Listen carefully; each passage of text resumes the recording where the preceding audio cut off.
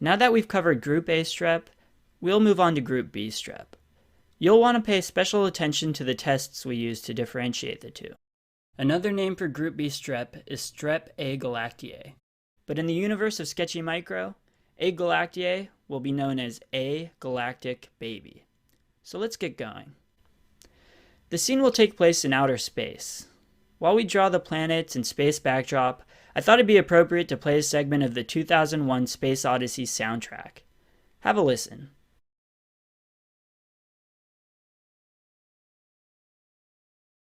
If you didn't recognize it, it was a selection from one of the movie's 88 Minutes of Silence. Maybe not the best song on the soundtrack, but the license was way cheaper. So we're almost done drawing our galactic baby. And done. We chose to use a baby for the main theme of the story because Group B strep causes really serious infections in newborns, so that's the first thing we want you to think of.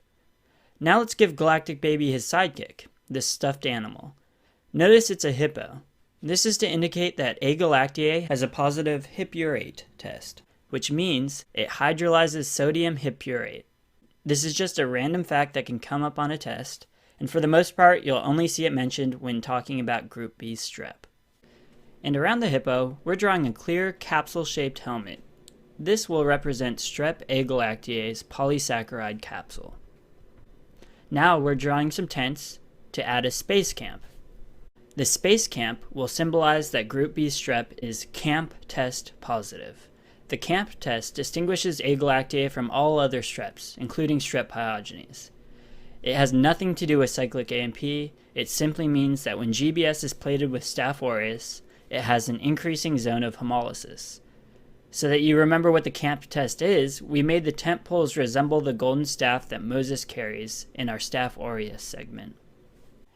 Just like Group A strep, Group B strep is also beta hemolytic. And this differentiates those two from Strep pneumo and viridans, which are alpha hemolytic. We'll use the same symbol we've been using for beta hemolysis and add the red beta hemolysis light bulbs on all of the tents. This will give our space camp a more futuristic look. Remember that we said pyogenes was bacitracin sensitive and represented it with a basset hound being able to lick and munch on the pastries? Well, Group B strep is bacitracin resistant, which is another important way of differentiating it from Group A strep. We'll use the basset hound as a symbol for bacitracin again, because what's outer space without space dogs? And to represent resistant, we'll draw him wearing a helmet, but have him licking the inside of his helmet. Thus, the baby is resistant to being licked by the basset hound. So the main concern, and the first thing you should really think of when you hear Group B strep, is that it causes meningitis in neonates. It's actually the #1 cause of meningitis in neonates.